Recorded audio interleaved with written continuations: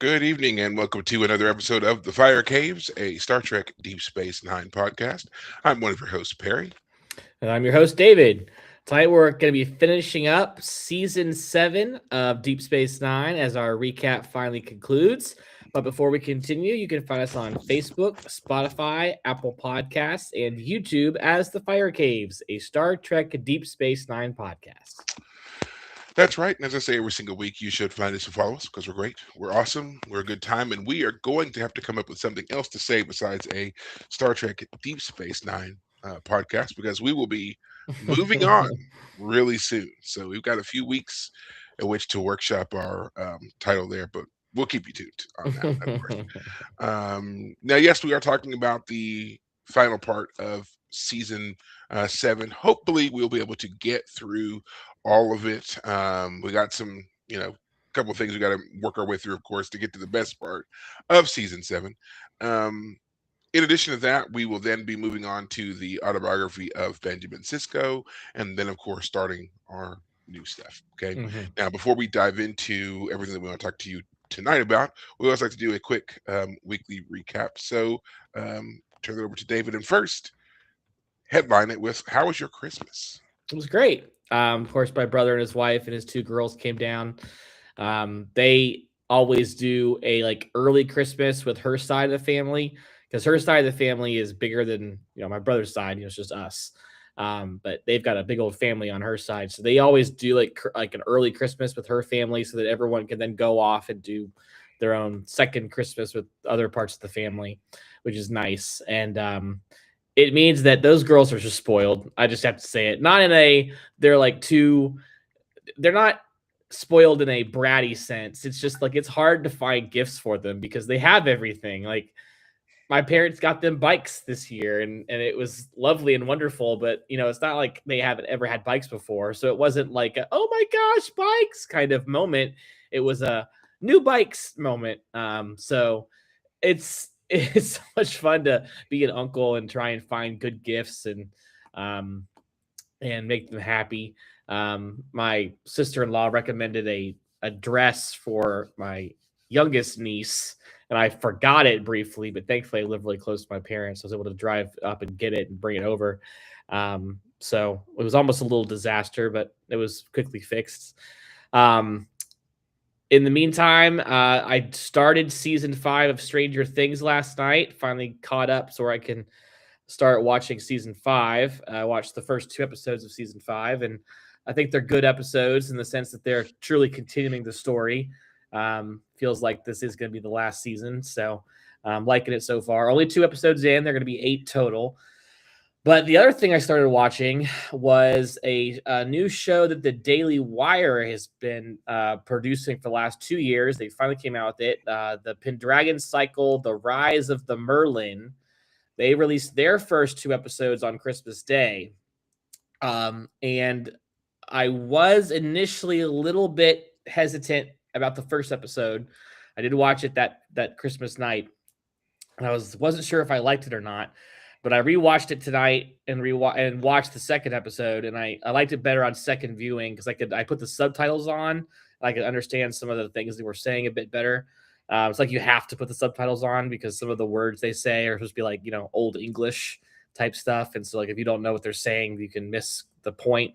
Yeah, it's their attempt to make something kind of like on the realm of Game of Thrones, basically.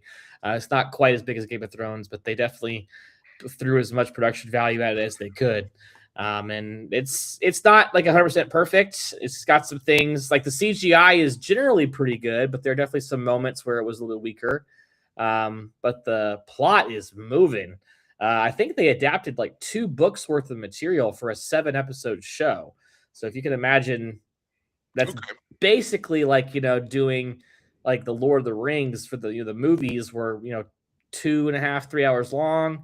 So that's effectively 3 episodes if you were to make that to a TV show. So if you're doing 7 episodes, that's roughly 3 hours per 3.5 hours per show, per book, excuse me. So I feel like it's a pretty good kind of equivalency of what they're kind of trying to do. So we'll see how that goes. But they only released the first 2 episodes, and they're gonna release the last 5 later in January, so about a month out.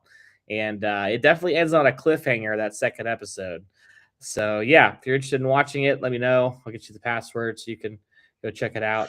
I kind of am. I have an interest in mythology, period. So, the Arthurian mythos has Mhm. always been one that we've covered in various ways throughout school and everything else. And the whole Merlin and Camelot and Arthur's Knights and so forth. And I mean, I've found them interesting, but I never found them as um, I guess as deep or as Mhm. entertaining as what you get from like Greek and Roman myth Yeah, for or sure. even Norse myth. So I'm interested to see how they are kind of retelling those stories. I know they've added because I looked up the show. I have not watched it, but I did look up the show, and I Mhm. do know that they were talking about there is um, a heightened Christian element to their stories that Mhm. they have added in, and they're saying that they're doing this based off of, you know, the religion and its formation during that particular time in England, its rise, and Mhm. some of the things that were going on during that time.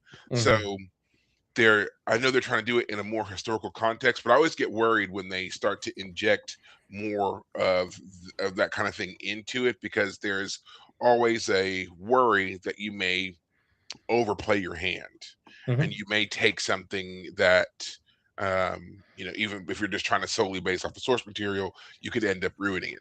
But see, that's kind of the issue that I have with anything when you Mhm. start to deviate from the source material. When you Right. start adding in things that weren't included in that, and you're just trying to make inferences based off of, I don't know, Mhm.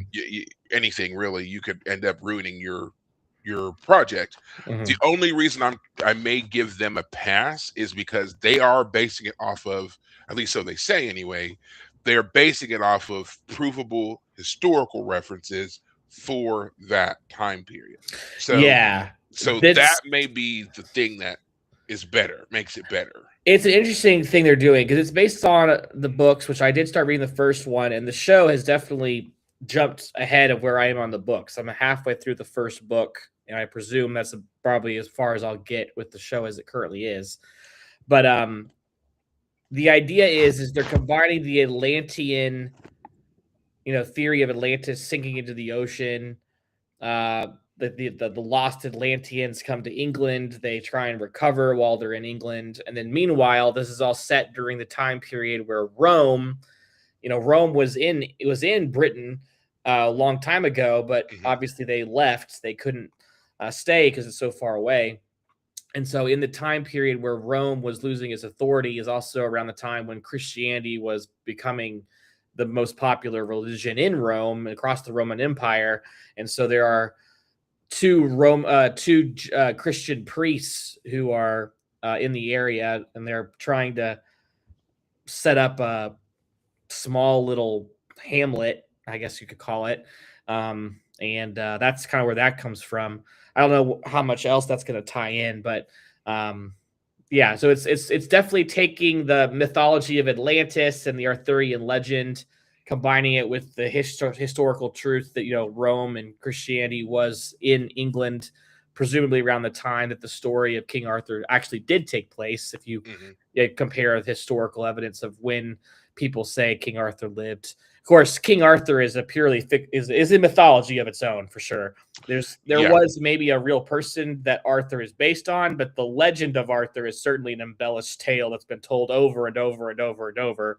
Yeah, I And think that's been proven. I think that they have proven yeah, that a person named Arthur did exist back then, but as to the rest of the mythos that sprang up around him and everything else, not provable. They've even proven that some of the knights did exist, like I believe Gawain, who was the Green Knight. They have proven that that was an actual individual. hmm, So, like again, certain things about the myth have been proven true, but then of course you get into the more fantastical things, yeah, which you got to take with a huge grain of salt, of course. Right. So, Right. Yeah.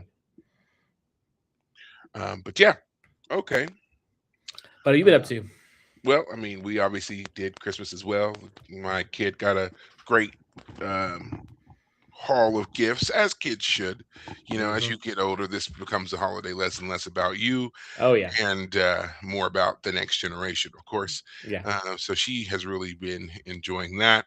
Not to say I didn't get some gifts, but it was more like things that you know, things that you need. You know, that's where it is for me. Like, for example, the new hoodie that I'm wearing here. Right. I've been needing one for a while. I actually got a couple of them because with the workouts and everything else I was doing, I was wearing them out. And so it just kind of coincided with a need, and there was a sale, so I took advantage, and I got these. Nice. Got a couple of books as well. One that I'm actually really excited to start once we get past the Benjamin Sisko autobiography. And it's this book here. It's called Baldwin. It's about James Baldwin and his collected works. He was a civil rights activist and advocate.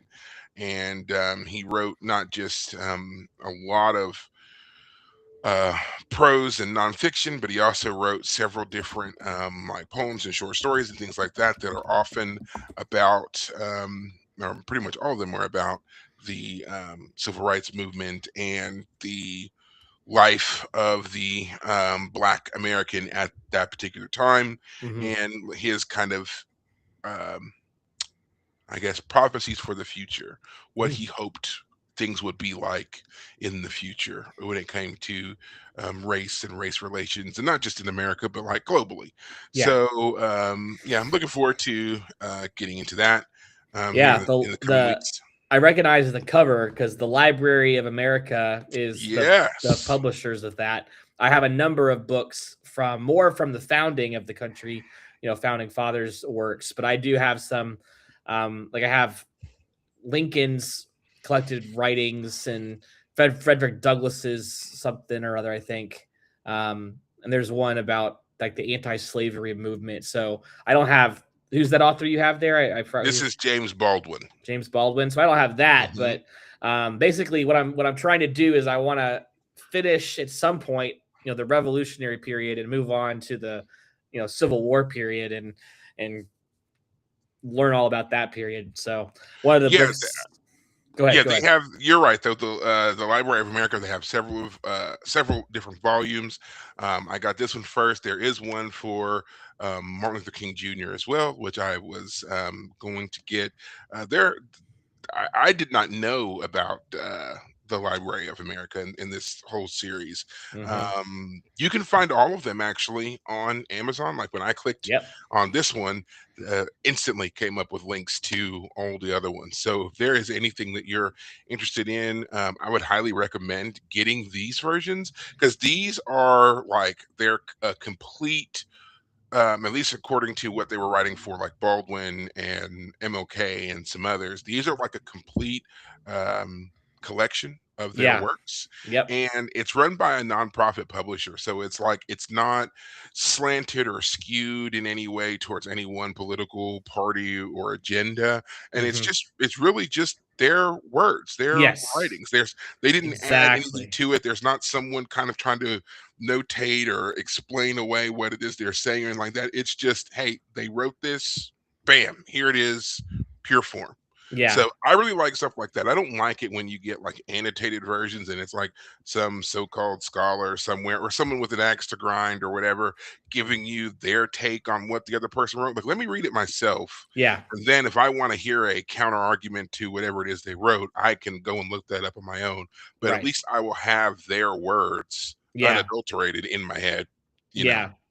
Yeah, I'm Um, on the Library of America's website, and at the top of the page is actually the 3-volume box set of James Baldwin.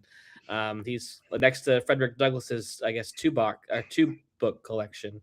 Um, yeah, they do both fiction and nonfiction stuff. It's just American authors. If you're an American author and your work has been out of print for a longer period of time than most people would even know to ask about, there's probably someone who's collected that work and made a box set of it. for the Library of America. So Yeah. it's a real wealth of great stuff. If you have anyone who's just curious to look at for older authors and older works, and And then in this time of kind of literary uncertainty, you got a lot of people who are out protesting certain books, calling for certain books to be removed from public schools and libraries and so forth. It is reassuring to have a place where you can go and get things like this and Mhm, get their, again, unfiltered versions, mhm, because I feel like that's going to become harder and harder to come by, and it's going to be very necessary to have. So yeah, if there's any subject that you're interested in that's got something like that, go and check it out. And if you're not sure, just go and check out the selection from the library anyway. yeah. And you may just stumble across a title or a person that you didn't know much about. And this is an opportunity to get it directly from them, get their words, Mhm. read MLK speeches for yourself and see, what your own personal takeaways are from what they say. That's kind of what I'm looking forward to with James Baldwin. So Mhm. I'll keep you posted, of Yeah. course. Other than that, I've been still continuing the workouts. I've thrown swimming and rowing into my Oh, routines now, okay. mainly because my doctor keeps telling me that I need to do more cardio. I'm more than enough strong, apparently. I don't need to be any stronger, but I could definitely use the cardio. And I hate running. Mm, There's nothing else I can say about it. I hate running. I do. I hate it. So rowing and swimming are really great alternatives. Swimming is awesome because it takes all the pressure off your joints. You can do a lot in yeah. the water in 30 minutes. Rowing, I have found, is like an underappreciated joy. Like if you can get yourself on a rowing machine for like 10 to 15 minutes, it's great. It works like 90% of your body's muscles, and yeah, there's just so many different ways you can do it when just by simply changing up your grip on the little bar that it comes with. So it's just like, man, like why didn't anybody tell me about rowing before? And so, my gym has a couple of rowing machines, and I just get in there, and again, like 15 minutes, and heart rate's up, you're sweating, it feels good. Yeah, and then I just feel like really charged after I'm done. I'm not tired at all like I am if I was to say go running or whatever. So definitely going to keep rowing in the mix for me, and then go and do my other routine stuff like that. So we'll see how things are going in the next month or so. But yeah, if you do nothing else, give rowing a shot. Jump on a machine, get yourself comfortable, give yourself 10 to 15 minutes, and see how you feel about it. I think it'd be a game changer for a lot of people, because especially if you're one like me who you don't like running, you don't even like the idea of running. Give rowing a shot. You'll be Okay. surprised. Gotcha. Oh, I But we're also here wanted to to go well, I just ahead. want to say one other thing. I forgot to mention it. I think last time we talked about there's a French movie version of The Count of Monte Cristo that came out last year. I was doing more research. Apparently, there's a British 8 episode series that someone did. It's not a BBC production, from what I can tell. And I haven't yet looked up where to watch either option. But once I finish with Stranger Things and such, I want to go watch both this French movie version and this British 8 episode version and see how well they adapt the story. The British version has an actor that I recognize. I haven't seen him in a whole lot, and I can't remember at the moment who his name is. But anyway, if I ever get around to watching that, I'll definitely mention it because Count of Monte Cristo, so good. And all I'll say to add to that is, even after reading the count, I'm interested to do the Three Musketeers as well, Yeah. because it's almost like you He have wrote to. that right before the Count of Monte Cristo. Yeah. Yeah, so it's almost like you kind of have to. So Yeah. we'll see. We'll see if we bring that up again. But we do need to turn our attention to season 7, because we are going to run out of time. Yeah. So it's gonna happen. We hate when it happens, but it's gonna. Yeah. So without further ado, we are now on. We made our way through the, I guess, the first major part of season 7. Hmm. We are on the episode Prodigal Daughter, and what we've decided to do is talk about these 3 episodes: Prodigal Daughter, The Emperor's New Cloak, and Field of Fire, all in um, tandem, Yeah, basically just do it real together. quick. Yeah, it's these are the Esri episodes. I was calling it the Esri suck earlier, because this is where they were trying to give us a lot about her, because again, it's the 7th season and they've introduced a new character that we don't know anything about, so of course they had to do something, and these are the episodes where we get that something. Whether or not it's executed well, up for you to decide. Hmm. Prodigal Daughter is the episode where she goes back home to tell her folks that she has been joined. But it's not just that, it's also the episode where O'Brien has gone missing and they're trying to track him down. And it turns out he ends up uh, working with her family in some regard. And Esri's family is like, they're like the third largest mining company on this little planet, wherever it is that they are. Hmm. And ultimately, it turns out that the woman that O'Brien was looking for had been working for the family, and she was killed by Ezri's brother, who apparently has had a psychotic break Yeah. behind this murder, and Ezri has to kind of piece it all together. Right. Again, I don't think this is a very strong episode. I mean, Ezri doesn't really do much. Like, if you think about it, she's not integral to the story in any particular way. They Yeah. could have done this without her.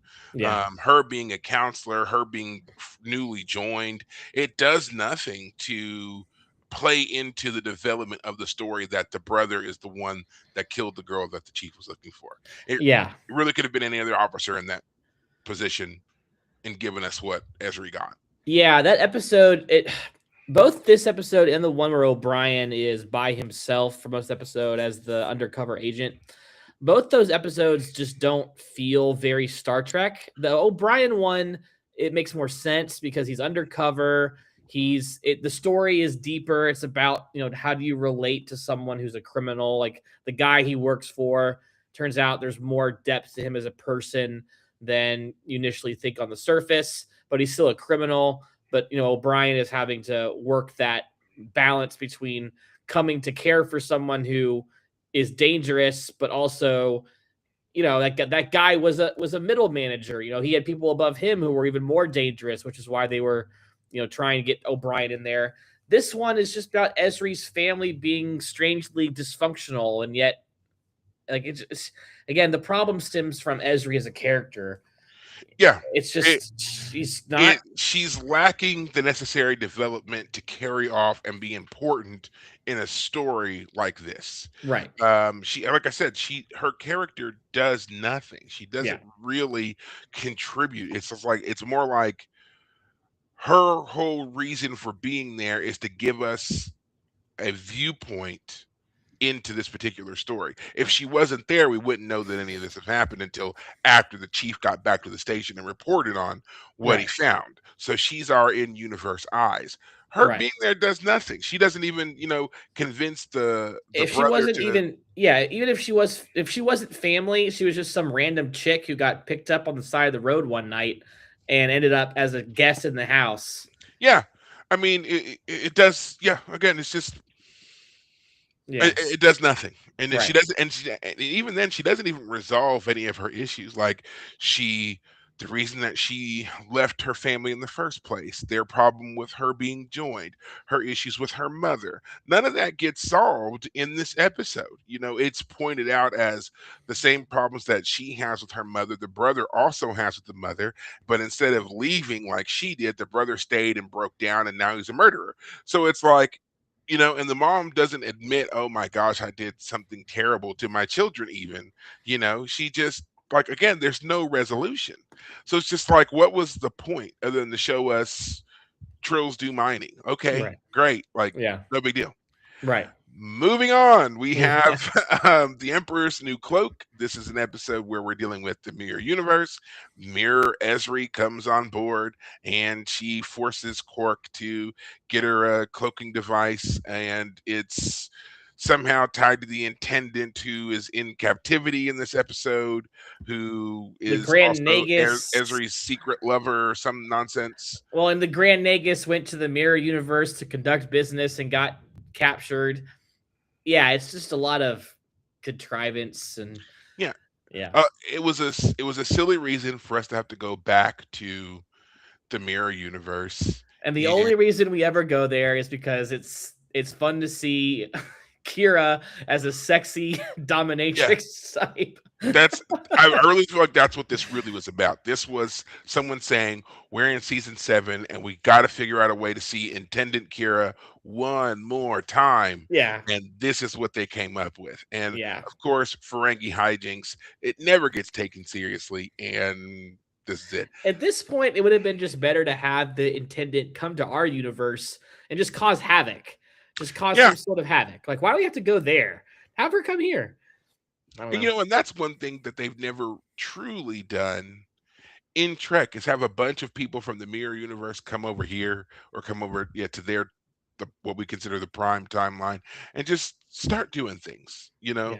and I mean, we no had one Vedic figures it out. Barile come over last season, and like, No, what but did I he mean like do? not to the degree that it seems like people from the prime go over to the mirror universe and Yeah, really yeah. mess No, things that's up. true. We haven't had it to We're that always extent. sucked over there for some reason. Yeah, Meanwhile, yeah. they come over here freely, do some shenanigans, and then pop right back over. Yeah. Yeah, but I would love it if I don't know, It'd be Mirror great Mirror if Janeway came over and just was like blowing stuff up. I don't know, just It'd be great if the intended version of Kira came over and the beginning of the episode is, why is Kira doing all these strange things? And then it turns out like she's captured Kira and thrown her in a closet. And meanwhile, she's been, I don't know, trying to get away, like find some way off the station and disappear so that she can't be dragged back to the mirror universe. And suddenly Cisco and the crew are having to defend the intendant Kira from the ravages of, I don't know, Worf, Emperor Worf, and and on that note, that's one thing they also seem to make very apparent. The people in the mirror universe, while they're incredibly mean, they're not very bright. Like there's something wrong with them that they don't pick up on certain things. They're quickly outwitted. They don't pick up on the fact that the people they're talking to aren't from their universe. And I just feel like there are certain tells, that people would have who didn't. I mean, you can tell when someone didn't grow up where you grew up. right. I'm from um, Bowling Green, Kentucky, and if someone was to come up to me and say, "Oh yeah, I'm from Bowling Green," and then they started naming off a bunch of stuff that was bizarre, I'd be like, "What are you talking about? Like, you clearly did not grow up in that area." Right. Like there are certain tells that people have, and I just don't understand why this never gets picked up on. They're just so blown away with, "Oh, you look good enough. That's fine." Whatever. Um, yeah, again, a do nothing episode. So Yeah. moving right along, we go Yep. into Field of Fire. Now, this one was a little bit more dramatic, but again, still, Esri is just not. I don't know, something about it. This is the one where there's a murder and they're trying to investigate the murder, and she now has to, for some reason, tap into Duran, the murderous Trill that was briefly joined with the symbiont. That has to tap into Duran's instincts to figure this out, but Duran is like close to overwhelming her Right. at almost every turn. Eventually, though, he does come through. They're able to determine that the person committing the murders is a Vulcan of Yeah. all people, which they don't explain very well why a Yeah. Vulcan is murdering people. Well, I'm looking at And the Wikipedia thing here. It's because those people had pictures of people laughing, and Vulcans, they repressed their emotions, and he had some sort of trauma, and so he's now killing people who loved life, basically. yeah, again, not a good explanation. Yeah. And it doesn't work as an episode because I feel like it fails on two fronts. One, it fails to make Ezri's struggle significant to the story, and Hmm. two, it fails to make the reason that our killer is killing significant to the story. And at no point, I guess there's a third one, there's no point where there's a reversal where the murderer becomes aware that she's investigating him and then he sets his sights on her. There's like nothing that heightens the danger for us either. So the story is kind of flat. Like there are a lot of great elements in it. I love the explanation for the bullet or whatever, and we got to see that little CSI-esque demonstration they did where they exploded the melon or whatever. Yeah. But I mean, other than that, the episode itself just it's not good. Yeah. The gun is interesting. It like phases the bullet out of existence right up until the point where it needs to hit the target or something, and then like it comes. Yeah, like their explanation for it didn't 100% make sense. So it's like Yeah. you shoot the bullet, and at the instant that you shoot it, it's dematerialized. And then it travels the trajectory you were aiming all the way through, and then it rematerializes right before it hits its target, but while also simultaneously carrying the same momentum at which it was fired. So that's Right. why it's like explosive or whatever Right. it is. What? Yeah. Like, It's and we've never interesting. heard of the transporter working in that manner ever before Yeah, well, it's a perfect or example of since. something that, like, yeah, exactly. Before or since this technology has existed, and we'll never hear it again. You know, it's one of those technologies that kind of breaks things. So like you can't do it anymore. You can't bring it back because if you have it in existence, then suddenly you have to deal with it every time that this situation might come up, and you just kind of forget about it in the future.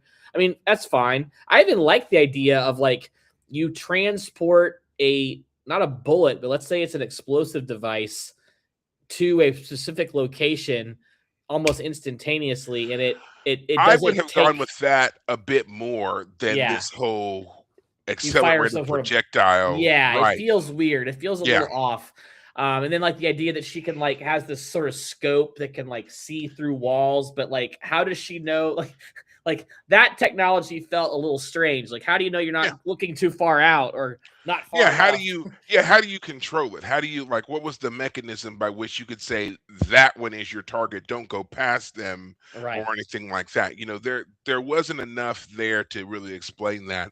And also back on the transporter thing, I mean, we've seen the transporters in work where they've beamed people out who were, you know, mid step, mid stride, mid run or whatever. And I can't really think of times where they like came hurtling off of the transporter pad because they were in, you know, full go and their momentum was transferred. We've seen them come onto the transporter pad and they've stumbled Right. because they lost the momentum, but their feet were like, you know, because one foot Right. was up and whatever. We've seen that, but it's never been a, oh, he gave a flying leap right as he got beamed.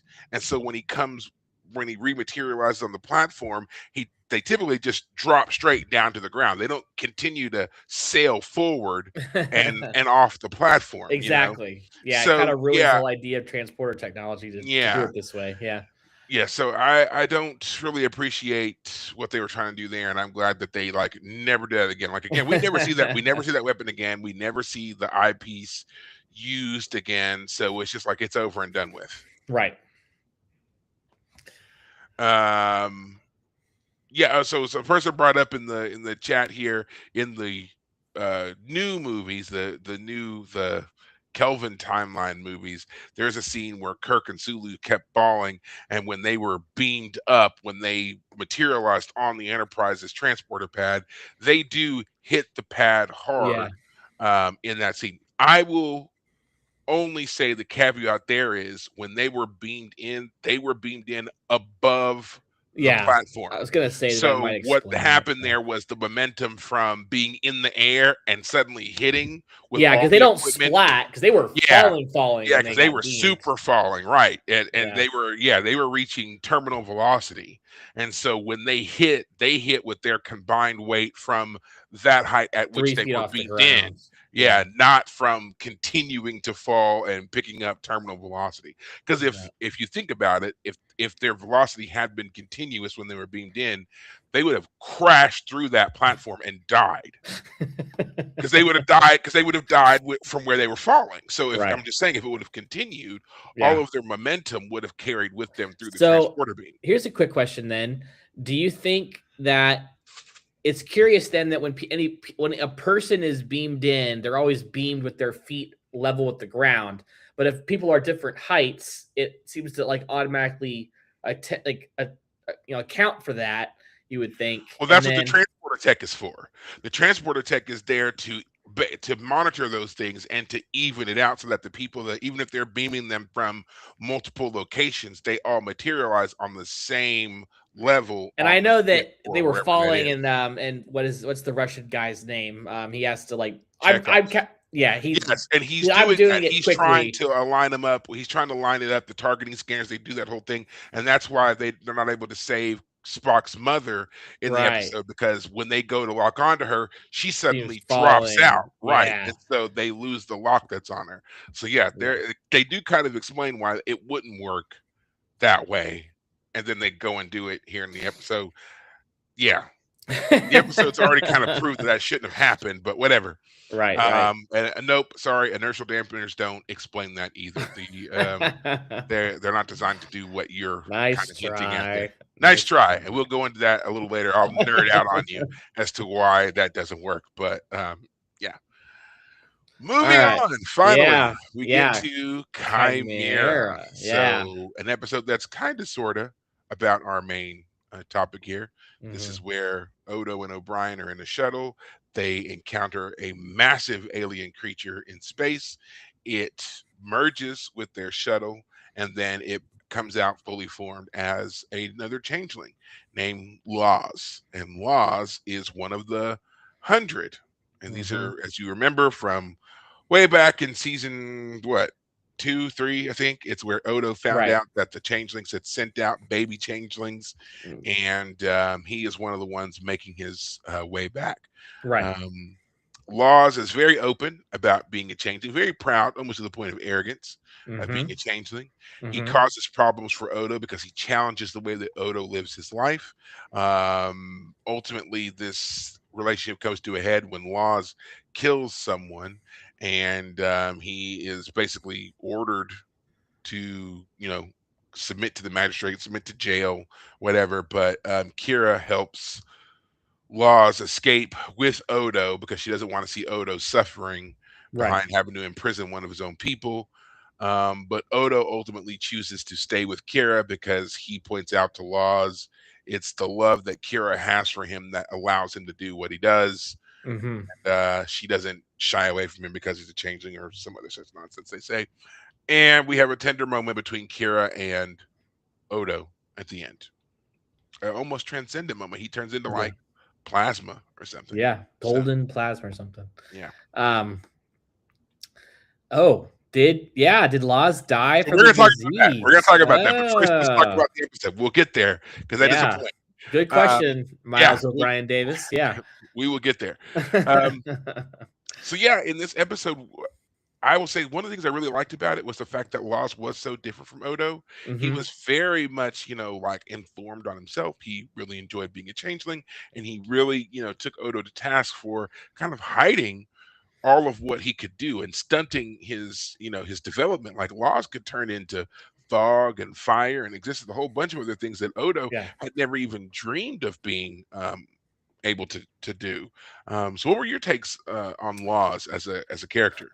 Yeah, he's interesting. His critique of Odo in that sense is a little bit misguided, the sense that, from our history of Odo, we know that he was experimented on. He was grew up in a lab, he was a test subject. So he has some bitterness to the scientists who worked with him. What's that doctor's name? Mara Paul, Yeah, and we had that episode where they Dr. Mara. reconciled, but that doesn't mean that Odo is fully healed from that experience. And his relationship with Kira, which is the focus of this episode, is also something that, in a sense, is holding him back. He is trying to be more and more like a solid in order to be close with Kira.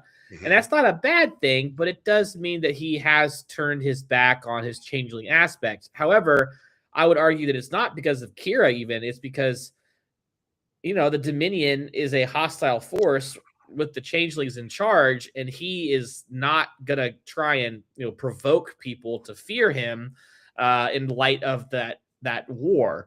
Lost, on the other Mhm. hand, he just enjoys being able to do what he can and enjoys experimenting, and that's Well, and I would yeah. argue that Laws's point to a certain degree was, um, you shouldn't be ashamed of who you are. And Odo had in no way done what the founders were doing.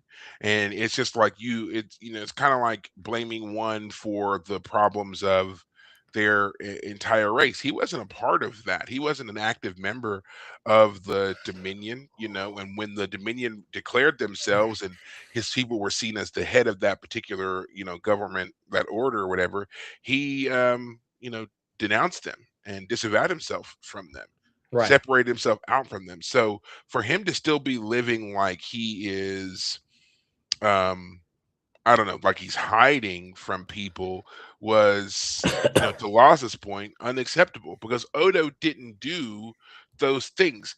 And Laws wanted to very much be an individual. He Hmm. wanted to be seen as an individual with, I mean, albeit extraordinary, gifts. And Hmm. that's really how it should have been for Odo as well. He shouldn't have felt like he had to hide himself. And Kira makes it very clear that she did not want Odo hiding from her and that she didn't expect him to hide from her, but Right. Odo was doing it himself. Hmm. And that was the problem. And Laws misinterpreted Odo doing it as these people are forcing you to act this way. However, subconsciously, they're forcing you to act this way, and you shouldn't have to. Not recognizing that this was actually Odo's choice to do so. Hmm. So yeah, that was their clear distinction, in my opinion. Um, to your question, though, do you think Laws died from the disease Section 31 gave the founders via Odo? So, just to quickly recap, we know that Odo was infected by Section 31. He Hmm. then carried this disease to pretty much all of the founders via the Great Link and his time spent linking up with that one female changeling. And then, of course, we see Odo had, linked with Laws a few times in this episode. And this is before Odo ever became sick and before we really knew that the founders were sick. So, Hmm. um, no, we knew the founders were sick by Laws. Yeah. So, yes, did Laws become infected? I would have to say he absolutely did. Yeah. Did The he only thing die? the only thing I would quickly say is that he argues that Odo hasn't been changing much. He hasn't been using his powers, his abilities much. So there's an argument I would say of like maybe there's a passive version of the disease in Odo, but that doesn't get rid of the problem of that if he infected Laws, then Laws is in danger of dying from it. But keep going, keep Yeah, going. no, yeah, he definitely infected Laws with it. And you're Mhm. right. The more the disease was designed that the more you changed, the more unstable you became. Right. Laws being an exceptional shapeshifter and loving the fact that he can change shape probably meant that yeah, he began to feel the effects rather quickly. Yeah. Did he die? Probably. I mean, because I mean, he wasn't when we last saw him. He wasn't going uh, back to the Great Link. Yeah. He had a mission to go and look for the other 100. He wanted to go and find them wherever they were. So if he didn't rejoin the link at any time, then he would have been cut off from when Odo eventually comes around with the cure. And so, yeah, he would have died wherever he was. So according to Google's AI, uh, they do admit that yes, he probably died a slow, painful death, but in some beta canon, so Okay, so books and here we go. games, Hmm. he eventually got to the Great Link and got cured. So officially, yes, it's very possible he died, but there are at least some attempts in some different lores to get him cured. He has been cured in some lore. And this is my problem with beta canon stuff. Y'all all want happy endings for things, Let Laws, he died. All Let right, Laws it's die. sad, but he died. Okay, Yeah. lesson learned. He died. It's one of the There's sad effects of what happened. Yeah. there's got to be some casualties somewhere. We can't save everybody. Tie Sure. everything up in a nice, pretty bow. He died. All Yeah. right, yeah. Until I see him back on screen somewhere saying he lived, he's dead. Yeah. There. JG Done. Hertzler's still alive. He could still play the part, right? Yeah. Speaking of Moving on. which, Oh, go we should ahead. just quickly mention like he plays General Martok. He plays Laws in this episode. According to Wikipedia here, they wanted an actor who could play this character in a way that would be, up to Odo, Renee Auberjonois level. And they thought that J.G. Hertzler had the chops, basically. to go up with Renee. Yeah, as this I knew that they had looked for some other people, but couldn't find anybody that they felt like really excelled in the role. And then, of course, they were just like, well, I mean, we've got JG here. He's already on the payroll. Let's give him a shot. They couldn't give it to Jeffrey Combs because, I mean, that would have just been ridiculous. So, they needed to I go know with that somebody. voice from somewhere. Yeah. Oh, yeah, right. They had to do something. And then they would have had to have some sort of episode where he and a Wei-Yun copy meet up, and the Wei-Yun, Jeffrey Combs, and Brunt all needed to be in a room. And anyway, moving on. We gotta go. Yeah. We get to Bada Bing, Bada Bang. This is the episode where the Vic Fontaine program kind of it's been running 26 hours a day. Keep in mind, after Nog's incident, where he made a deal with Quark that would allow Vic to really kind of experience life and living, and so his program was kept running in one of the holosuites 26 hours a day. Mm-hmm. They find out in this episode that the original programmer of the Vic Fontaine holosuite program had made it a part of the program that if it did run for a certain amount of time, the program would develop, it would evolve, and you would get new stories. And so this is the first time we see that happening. And in this new story, the nightclub that Vic runs is taken over by a big old, mob. Goomba mafioso type, right? Yeah. And so now the crew has to band together to help get the casino back from the crooked mob clutches and back into Vic's crooner hands. And so they all conspire to pull, an Ocean's 11 type Vegas heist. Right. And they're going to rob the Knight's Take in order to embarrass the mafioso and get them to leave 1950s Vegas forever and let Vic have his club back. Cisco has a problem with this because he doesn't like the fact that in the real Vegas at that particular time, in the real 50s, Black people were not treated well, obviously, with segregation and racial tensions being what they were in the country at the time. And he doesn't like that all of this seems to have been, glossed over in the holodeck. None of that is being played out in the holodeck scenario, not recognized in any particular way. It's kind of an idyllic 1950s setting. Anybody can walk in, do your thing, be accepted, and so forth. And he doesn't like it because he says it's an elaborate lie. Right. Cassidy reminds him that that's kind of the point of the holodeck, that you get to experience things as, I believe she says, experience it the way that it should have been. And basically tells him to, kind of come down off your high horse there and, play with your friends. Right. And he eventually agrees, and their whole plan revolves around him being this mega high roller who comes in and just makes it rain to the point of, everybody's distracted, and then everybody can go in and do their thing to rob the place. Right. Of course, said plan goes off without a hitch, and Vic gets his bar back. So, and Cisco sings the blues. Yet to come. Yep.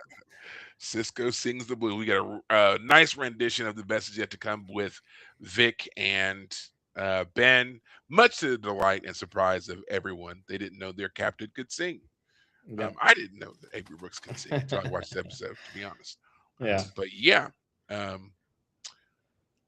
What'd you think of this episode? I know I have some thought. What was your first impression here? Oh, I mean, this is the last quote unquote fun episode before the more serious episodes of the finale. So Vic is a fun character. It's fun to see the idea of this, you know, casino and lounge have a plot now of their own to deal with. It's a silly plot in the sense that it's basically Ocean's 11, but a 40-minute version of it. So they have to really compress a lot of the details down. But what I love? I love an ensemble cast doing an ensemble job. Like there's nothing better than an Ocean's 11 and Ocean's 13. Ocean's 12 we can talk about, but Ocean's 13, I love that movie. That was the first movie I mean, as a kid. That movie series was one of the first that I ever really got into. The Ocean's Yeah. 11, 12, and 13. Yeah. Yeah. Well, I was just gonna say that's the first time I ever saw Al Pacino in a film role that I remember. Like maybe I'd seen him before. He's obviously a classic actor. But for me, Ocean's 13, he's the villain, and he's a great villain in that movie, and he's a great actor. And this movie, this feels like a little Ocean's 11, which actually came out after this, I'm sure. But I'm gonna look it up now that I probably right around the same time. While you're looking that up, I will say for my own part, I did overall enjoy the episode. I liked the way they kind of just played off of some of those, bank robber capery type cliches. Yes. I did like a lot of that. I think Cisco makes a good point, which is something that had not really been raised about the holosuites in general, which is these people going in here and they're creating these fantasies. And I mean, I get it, the whole point is that it is supposed to be a fantasy and all that, but when you start to create, or in this case recreate, real public places where people did exist and things happen and like all that, you do run the risk of obscuring the lesson that was probably learned during that time period. Like, I mean, playing in a fantastical wonderland or whatever, there's no real consequence, but creating living, breathing, working people at a real life, job of some kind and going through that, kind of weird. I mean, they get away with it because it's supposed to be set so far back in wherever, but I mean, it's kind of like how Barkley got in trouble on the Enterprise when he was recreating Deanna and Beverly and everybody. It was like, why would you do that? Yeah. So I do get Cisco's point, and especially about this kind of glossing over of the real situation that was going on during that particular time frame. So but I also see Cassidy's point as well about the holodeck gives us a chance to kind of recognize that we have improved. We've come a long way. We are not those people. So we're not going to deny ourselves an experience because we have improved. So, yeah. Right. Now, when did the movie come out? 2001. It was 2 years later. 2 years of course, later. Ocean's 11, the 2001 film, is a remake of a 1960s movie which starred like Sinatra in them. Yeah. So if you're aware of the original film, which by the way, I've watched part of it, it's slow. Like back in that time, it was more about the fact they had all these great, lounge singers that were all suddenly on screen together. Yeah, it was more. And back then in the 60s, they weren't allowed to get away with the money. So I don't know if you're aware of this, but they like part of there were back then there were like rules about morality in films, like you couldn't have nudity and such. But one of them was like villains can't get away with villainy. You can't get away. You can't have your heroes commit a theft and then get away with it. So at the very end, all of the money gets blown away. Like all the suitcases end up like on the runway and break open, and all the money gets thrown to the wind.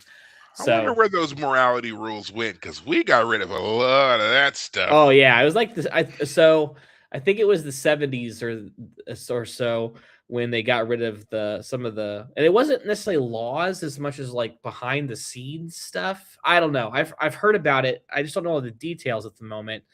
I do know that that's what was going on here, is that back then there were some sort of rules or laws about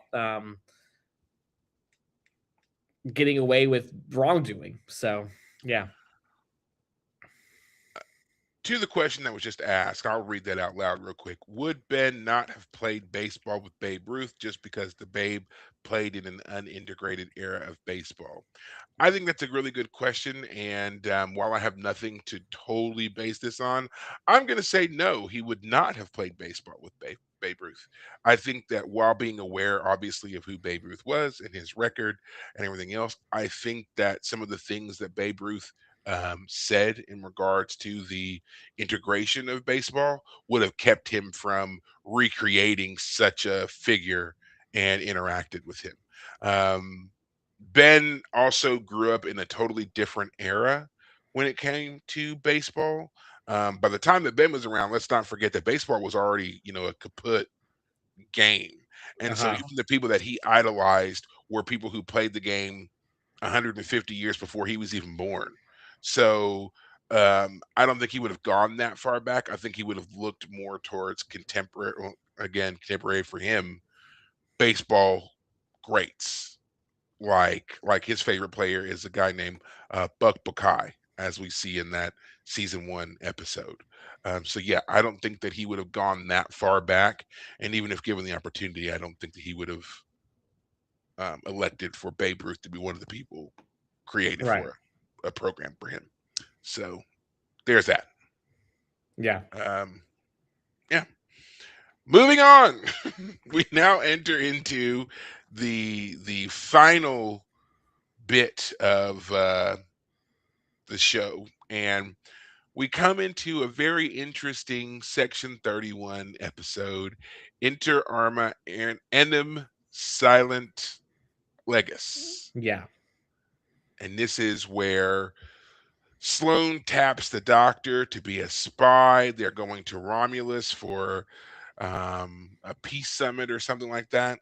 They take the USS Bellerophon, which is basically Voyager with set redressings, and Admiral Ross is also there, and they're trying to figure out who's a loyalist and who's not, basically.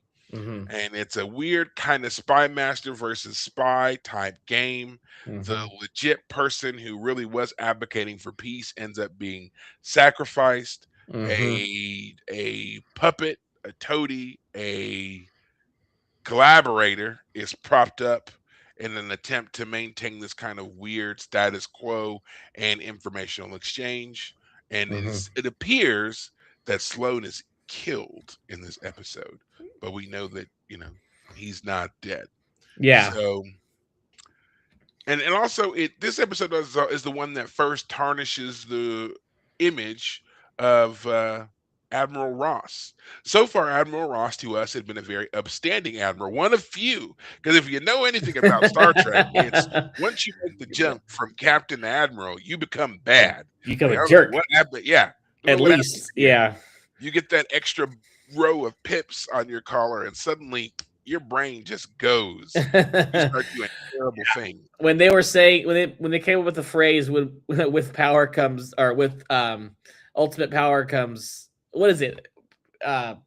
With great power comes great responsibility. No, I was gonna say the other one. Power corrupts. Ultimate power corrupts absolutely. Yeah. Oh, yeah, that's it. That's Absolute power corrupts absolutely. That's and what it is. becoming an admiral is the ultimate form of corruption in the Star Trek universe. But anyway, yes, Admiral Ross has been a upstanding admiral so far. If anything, he's kind of a pushover. He seems to rely on Sisko quite a bit sometimes. Yeah. Seemingly, like he let Sisko plan when the station had been captured by the Dominion. He let Sisko plan the strategy to retake the station, which is fine. But I remember that moment being like, he like single-handedly are passing that off to him. I mean, great, but he's our main character. But anyway, yeah. And this one, we find out that Admiral Ross was in cahoots with Section 31. And that actually Section 31 was relying on Bashir's Do-goodiness. upstanding Yes. do-goodness as a part of their plot. He reveals that Section 31 is trying to manipulate the situation, but they've planned for that, and they use that to instead get Get is rid of it the Koval? senator. Because there was the one Romulan senator who legit wanted to work for Oh, peace, played Kretak. by Kretak was the bad one. Kretak was actually the collaborator working with Section 31 as well. But the other senator, played by Adrienne Barbeau, I forget what her character's name in the episode was, but Kretak. she She's Kretak. oh, she is? Senator I thought Kretak is the one played by Adrienne Barbeau. She's been the one we've had this season. Like she came and they were, militarizing the Bajoran that's moon right. with I always Kira. forget because I always forget they changed out the actress because the Oh, they first time we did. met, yes, the first time we met Kretak, she was played by someone else, and then Barbeau Really? stepped in. Yeah, that's why it always confuses me because Oh, it, okay. I always associate Kretak with the other officer that played her before with Kira, and it's Interesting. the different one. Okay. Yes. All right. Fair enough. But anyway, point is that she is supposedly one of the good ones. I even think she is a good one in a sense. She she well, she helps Bashir when Bashir comes to her revealing the plot. She gives him some crucial information that he thinks he needs to discover the true plot. But it turns out both of them are being set up because the guy who's in charge of the clandestine group of the Romulans, what's that called? The not Tal The Tal Shiar. Shiar. It is Tal Shiar. Yeah. Okay, so The the Tal Tal Shiar Shiar is guy. Romulan. The Obsidian Order is Cardassian. Okay, yeah, it turns out that he basically they're up for a power play. The senator and him are up for positions on the ruling council, and this discredits her and gets him in, and he is basically willing to be an ally with Section 31. It's great. It's perfect. It's perfect Romulan deception within deception. Like I feel like Section 31's getting played, frankly, because that's how the Romulans do everything, is they're playing everybody. Mhm. So, but I don't know. Section 31 has proven themselves to be pretty devious as well. So maybe they are the true partners. Well, and that's what's To kind of hinted at the end when Bashir goes and confronts Admiral Ross. He's like, "Where's Sloan?" Mhm. And Ross kind of like, "Whoa, plausible deniability. I don't officially know." So it's kind of alluded that this was actually the plan all along. Now they may have sacrificed Kretak, but now they've got this other person in play who they can manipulate a little bit easier than she would have been, because she is while she believes in peace, she also believes in the Romulan state. And Uh-huh. she's not willing to do anything that would totally compromise them, whereas this other guy's a bit more easily manipulated. Right. So yeah, I mean, I didn't really like this episode because it does bring Ross down, makes him dirty a bit. Mm. I wasn't a fan of that because I like the fact that we finally had an admiral we could like. I mean, Nechayev was just so awful to Picard, when she was there.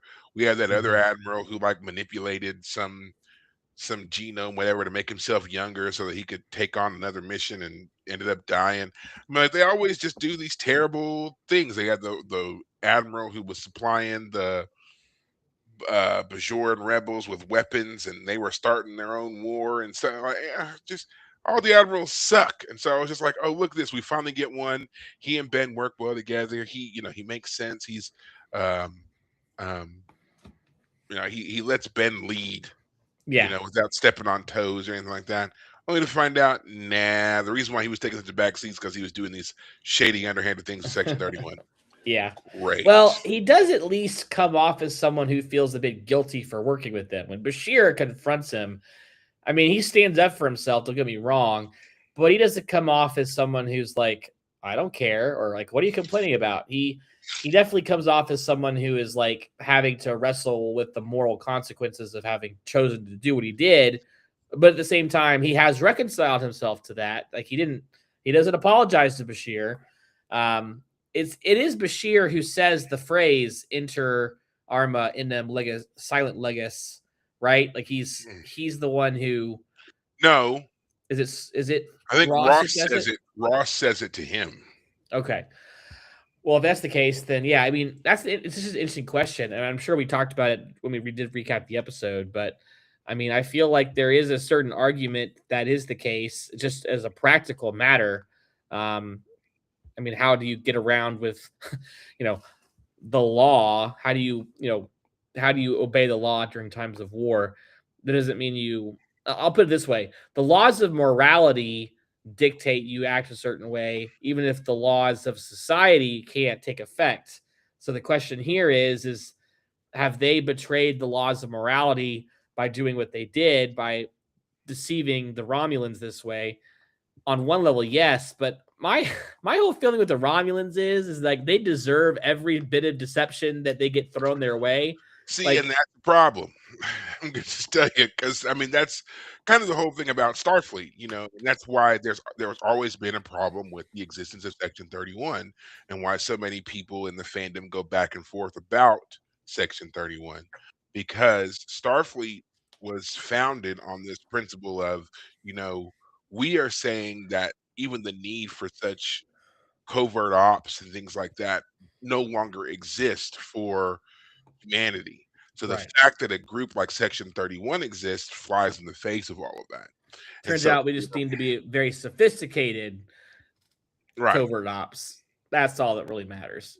And so then to have someone like Ross, who is a prominent member of Starfleet, but is also in tight dealings with Section 31, it further compromises that kind of moral imperative that Starfleet was putting out there about openness and inclusiveness, and we don't do things in the shadows. We are here to show that, through transparency and cooperation, we can better achieve goals for all people. Mm-hmm. So yeah, that's always going to be the problem with Section 31, and I think that's why I actually think that's why a show about Section 31 wouldn't work, because the show would be nothing more than a constant reminder that the ideals of Starfleet as put forth all these decades um, Yeah. is inherently flawed, and What you would that's not what we need. what you would need to do, which is what was proposed basically with the documentary, what we left behind. They proposed that the season 8 opener turns out all of that is actually because Section 31 has chosen to take action with Bashir at the head of shutting down the Bajoran religion because they still haven't officially joined the Federation, and they think that if they can obliterate the religious belief system, then they would join the Federation. Hmm.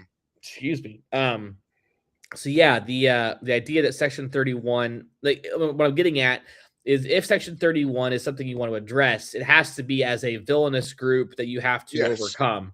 They are not supposed to be heroes. they're They not are heroes. They're not. They couldn't be the focal point of a show the way that they were trying to set them up at all. It needs to be something that, um, while maybe seemingly starting as ambiguous, ultimately leads to a road of villainy that must be stopped by it's the a true cancer. form of Starfleet. Yeah, Yes. it's a nefarious cancer. It's metastasized. Whatever argument that there was for it has been lost, and it needs to be cut out. Yeah, that's how Section 31 should be dealt with, um, not as you said, a supposedly heroic group of Ne'er do well, noble, yeah, misfit, ne'er do wells, you know, misfits, yeah, Starfleet's version of Suicide Squad, yeah. going through and doing stuff. And I mean, and that's also my problem with stuff like this, is because sometimes these ideas kind of form it's way too late, and I just feel like it all becomes, you're not being true to the world in which you've built, but it's now a very obvious cash grab.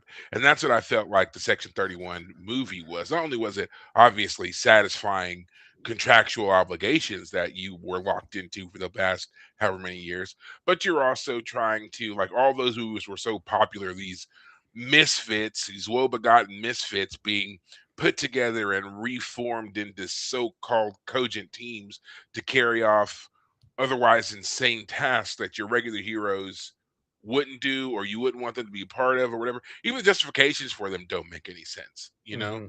Mhm. So yeah, it's like, why do we need this? What is it about us that we continue to create these groups and we make them this way? We've done Mhm. this a lot. This is kind of a recurring motif that humans have in stories, that these misfit characters, these otherwise, bad guy ne'er-do-wells, we're going to rehab them, but not all the way. Not all the way. Right. We're going to rehab them just enough to where they're useful, but we're going to keep them on a very short leash. And at any moment, we could kill them. And even when they earn eventually our respect and admiration, they will then turn around and do something horrible to further remind us that they're not safe. Right. And I don't like that. I don't like that at all. I Right. don't think I've ever liked that. So it's either one or the other. Either you're Yeah. bad or you're not. And I mean, we already kind of have that with Ducat. We don't need Section 31 doing that for us. Sure. Well, I mean, I'm open to the idea of a different group being gray, and we explore that. But you're totally right. Here's what I want to say: the fun of gray, morally ambiguous characters or organizations is determining if they truly fall on the side of good or evil. Because if there Mhm. truly is you can't compromise. You can't, either you are working for the good or you are working for the evil, and you can't, whatever gray zone you think you're in ultimately does distinguish itself as good or evil. That is what makes stories interesting. At what point have you crossed from doing the good to doing the evil? What point is compromising your morals truly you've done something wrong? Like, yeah, like, you're totally right. You can't just who cares? You Yeah. have to treat it as a morally serious situation, and any ambiguity you start off with has to be cleared up in order for a good story to be told. Which I just want to say is part of the point of the Count of Monte Cristo, by the way. Part of the plot near the end is him realizing, wait a minute, I might have kind of gone a little overboard with Yeah. my revenge plot. And that's and Um, that's that's kind of the whole point of stories like that too, is to show us that when you start down this particular kind of path, mhm, you do have the potential to go over whatever righteous your intentions may have been when you started. If you're not constantly examining that path as you move down it, you run the risk of going right over the cliff. And right. now you're at the point of no return. Like, there's a reason those cliches exist, Yeah. because that's what happens again and again and again. And the lesson you're supposed to learn from them is to not go that far, to not go down that path. And yeah, to not go down that path at all. Like, that's why we always say, there's no profit in revenge, so they Hmm. say, Right. because you can't help yourself. And that's what you learn through the count to a certain degree. But yeah, I just don't think that they carried it off very well with Section 31. And I would just be really glad when they just stop Yeah. with it entirely. Or again, make it a Or villainous solve it. Yes. organization. Yeah. Or Solve it. deal with Solve it. it. Yeah. Yeah. Yeah. And of course, Bashir is the best character to be that. He's leading it. He's somehow involved. He's compromised himself. He's the one we have to sit down and slap around a bit to get that all worked out. So, but that is the last episode before we reach the 10 episode arc of the finale, starting with Penumbra. Um, I don't think we have time to go reach one anymore. It's more like a big long arc anyway. Yeah. So, let's Um, just start at the end with Cisco goes to be with the prophets because he kind of dies in that final conflict with Gul Dukat.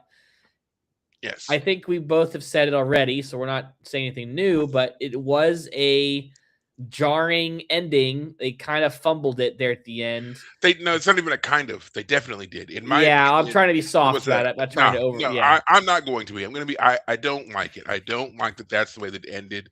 yeah, I feel like if you're going to make our character no longer accessible, it needs to be because they died, not because they went to another plane of existence and they may or may not be back in the future past or whatever the hell it is that you yeah, want to call it. It needs to mhm, be a true ultimate sacrifice. And I feel yes, like killing him would have made more sense to me because you expect me to believe this man who devoted so much of himself to his family, who knows that his wife is pregnant, is going to leave his unborn child?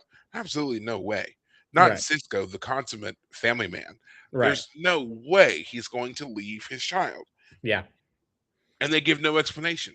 None. yeah, Yeah, I don't like it at all. And I have always wished that they would come back and do, I don't know, some kind of just a movie, some kind of just something. Give me something that shows that um since he's now a non-linear, non-corporeal life form, that he's been appearing to his child right, all of its life. yeah, Maybe in yeah. secret or whatever, something. Well, I mean, here's the irony of beings that are outside of time. Why does it take them so much time to like understand Cisco? Like, can't he go be amongst the prophets for like a blip of a second and be right back? Right. Like, Yeah.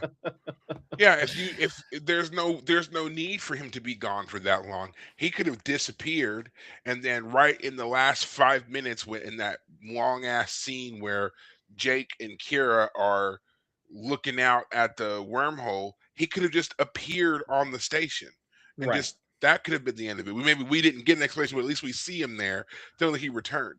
They could right, have at any point just had him instead of that conversation with Cassidy in the white void or whatever.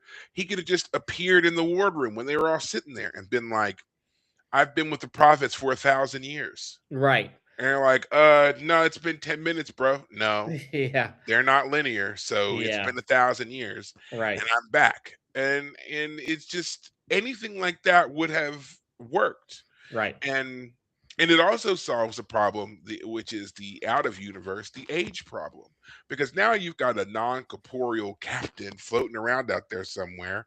And what are you going to do with him? The how are you actor gonna bring him is, back? yeah, the actor So, is aging, aging, aging. And then what are you Perry, going to do? I'm telling you right now, and I want you to see if you agree with me. I believe this is the very reason why Star Trek has been stuck in itself for nearly 30 years. Cisco being outside of time has meant that how do they move the plot of Star Trek forward when they have a character who's supposedly outside of time? Because like all the Star Trek shows ever since have been prequels or They have been. Discovery jumps all the So way to the they future. jumped 1,000 years into the future. So my theory is that the Cisco problem has meant that Star Trek is kind of So they calcified. created so they created their own fixed point in Yes. the space-time How do you continuum, and they retroactively can't fix this? fix it. Right. You'd either have to That's ignore it. that's hilarious. And it makes sense that they unintentionally created their own fixed point, and that would explain why every show afterwards has been a prequel or has only led up to a certain point in the timeline that they can't see past. Exactly. That's my theory. Fascinating. I mean, I feel bad because I'm like, then like Deep Space Nine is responsible for like some sort of weird time space continuum problem. That's great. That's great. You guys were so locked in on Ben being space Jesus that you locked Broke the yourself. universe. You Yeah, you broke the broke your universe. universe. You- Great. Wow. I never thought of that, but that actually makes sense. And then why in the new Trek that's getting ready to come out, the Starfleet Academy show, even in those promos, it features Cisco. He is there. They do make a reference to him, so he is a reference point in the Mhm. new show. And there's a 1,000 year gap. So yeah, they've kind of bookended themselves there because he doesn't come back. So Right. if they had dropped him somewhere and just said, yeah, he came back and he lived his life and whatever else, they Mhm. could have moved on since then. But Right. hmm, So this kind of brings up a quick question. You have those comic novels, however you want to say, graphic novels, that do explain some of the stuff that Cisco comes back and does. You have Beverly Crusher and Data. And I know you did talk briefly about that, but just a general overview, like what is it that Cisco's trying to accomplish in those books? so there Spoilers, seems but to be, yeah, and I'll be honest with you, I haven't read because there's it's a 3 volume set, and I've got the first two, so I haven't read all of this. But without spoiling too much for you, there seems to be something that is attacking and killing non-corporeal beings, and it's hmm, having a ripple effect in the regular universe. hmm, So before it reaches a point where people start to not just die, but never have existed, Cisco is trying to stop all of that from happening. right, And there's not really any indicator that him being back is permanent. It seems like it's almost like the prophets released him just long enough to fix this problem, and he has every intention of right, going back. So much so there's even a part where Jake confronts him and is like, "You haven't gone to see your son, you haven't gone to see Cassidy, you haven't," right, he's like, I can't until this is over. right, And so again, it kind of makes it feel like he's not going back, right, So right, um I need to finish that as well and see where that goes. But right, you also run to the issue too of whether or not that's considered canon. right. As far as I know, these are not considered canon, and I will double check that. Hmm. But yeah, as far as I know, these stories are not. So Gotcha, go from there. gotcha, gotcha. Um, but yeah, it just, you're right. It creates a weird fixed point here that is interesting to explore. We do get to see the end of Kai Wynn as well in this. Mm, We got to see her whole march up, and it was a very interesting. I want to talk about them for a good minute here because um, Dukat and Adami hmm. have oh, real quick, his other son's name is Joseph. They named him after his father. Um, Dukat and Kai Wynn Hmm. have a very interesting development in their relationship. We see where Dukat is blinded, Hmm. his sight is restored, Hmm. and there's the whole point where uh, Wynn breaks down and after the murder of Sobor, her servant. And then finally, there's the scene where her and Ducat are having this discussion, and it's about Cisco, the outsider who came in and he received all of this adulation from the Bajoran people. And they seem to bond over their mutual hatred of the fact that this outsider got it. And I always found that conversation so interesting because from from Kai Wynn's perspective, he's an outsider because he's a human. He's an alien who has gained the favor of her gods, and she has been ignored by them her entire life. From Ducat's perspective, he also views Cisco as an alien because he feels that the Bajorans are his. Hmm. And he doesn't want anybody else to get the attention that he feels he should have got. And again, in his mind, the Bajoran should be falling down at their feet for him. And not only do they not do that for him, but they revile him. Yeah. And Cisco comes in and is just like, I mean, he is the emissary. He is the great coming. He is the one that is prophesied, Right. and then he and can't stand it. And the way the two of them bond over their racial hatred for this man, I love that scene so much because it's like if you didn't know better, you would think they were, kind of talking the same thing, but they're really not. And Yeah. you have to really pay attention to it to understand that difference. And I just think that it was beautifully done. I think that Louise Fletcher and Mark Alimo do a great job delivering in that particular scene where they're sitting there at the dinner table and they're talking about it and everything else. And the way they're just like, Cisco, man, like Yeah. it's not and, like they parse it down. The Federation, Starfleet, humans, Cisco. Yeah. Cisco is the reason. Loved it. Well, it's great too because it combines the reason they hate him is a combined reason. He's the emissary, is a religious and political reason. And it's primarily religious, obviously, because Kai Mhm. Wynn and then Gul Dukat uses religion as a substitute for the political power he used to have. So it's primarily a religious reason, but it's still political because, again, Kai Wynn has pursued political ends for her means as well. Or political means to her ends as well. Mhm. The But the beauty of it is for both of them, as you said, like they both hate him for the same reasons, but for different reasons. It's, you know, Kai Wynn doesn't want the love of her people in one sense. She wants the love of the prophets. And they utterly ignore her because they know that she doesn't want the prophets for themselves. She just wants power. She wants recognition, which is interesting because if she had truly pursued the Pa Wraiths, I mean, like from an earlier point is what I'm getting at. Like if she and Gul Dukat had powered up to pursue the Paw Race from an earlier point, like when he was the leader of that Paw Wraith cult, Mhm. like let's say that she had been with him, they could have been a power couple for a long time. So when they become this power couple at the end, it's a great revelation. But you're totally right that like at the core of for both of them is this corruption that they can't stay together. As soon as Gul Dukat is merged with the Paw race, he literally blows her away. Yeah. She turns on him immediately and tries to like get, oh, I'm so sorry for turning with the Paw race. But And even then, I feel like the reason that she turned was not because it was revealed that it was Ducat or anything like that, but I believe that she turned because they they didn't didn't give her the choose her. power.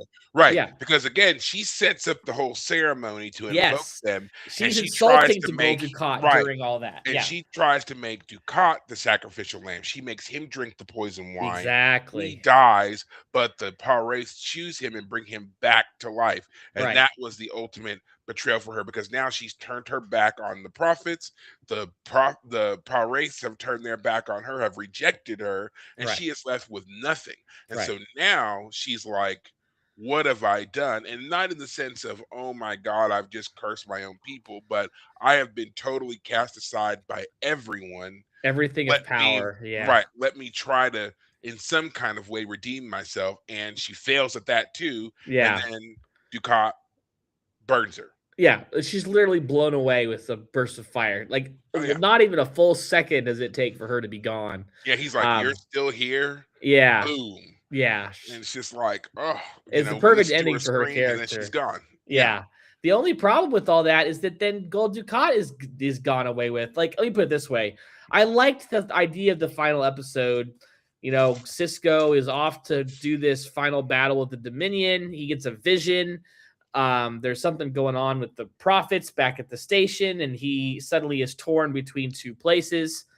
Like, I wish the episode they had found some way to make enough time to have him deal with both problems, or at the very least, give one more episode where he deals with Gul Dukat, like Gul Dukat as the final villain, as the one possessed by the Paw Wraiths. Something should have happened, and I don't know exactly what at the moment. Like I'm trying to think of a good plot. Like what would they have done? Well, they could have shut down the wormhole, but it's already kind of shut down. Oh, maybe they open it up and suddenly a bunch of things come out of it, or I don't know, like the wormhole opens up and the Paw race suddenly have brought all kinds of things from Mhm. across different timelines through the wormhole, and suddenly it's a calamity of all these strange things. I don't know. I really don't. Or maybe they just I don't know what they could have done. But point is that him just he gains all this power. Cisco tackles him off a cliff. Was just not enough. It just isn't it. It's just not enough. Yeah, that's all I can say. Really. No, you're right though. It's not really a true ending because he didn't definitively defeat Ducat. He pushed him off a cliff. Yeah. And he's kind of just trapped in there. So I mean, there's not anything that says that good truly triumphed over evil because he's trapped. He's trapped as well. He didn't return home. The true mark of the hero is that you've defeated the evil, and there's a definitive end. Either you've died or you return home. Right. Cisco didn't do either of those things, so it does feel unfinished. So yeah, I understand what you're saying there, and they need to finish it. They need to make it clear that Cisco won. I mean, as far as the Bajorans and stuff are concerned, he's still fighting in the Celestial Temple or whatever, or the Fire Caves. And just as Cisco is supposedly saved, you could think that Gul Dukat might still exist on some level. I don't think the story is intending that to be the case, but you could argue that it leaves just as much. You don't see Gul Dukat's dead body is what I'm getting at. Classic. Yeah, show me the dead body before I believe that they're dead.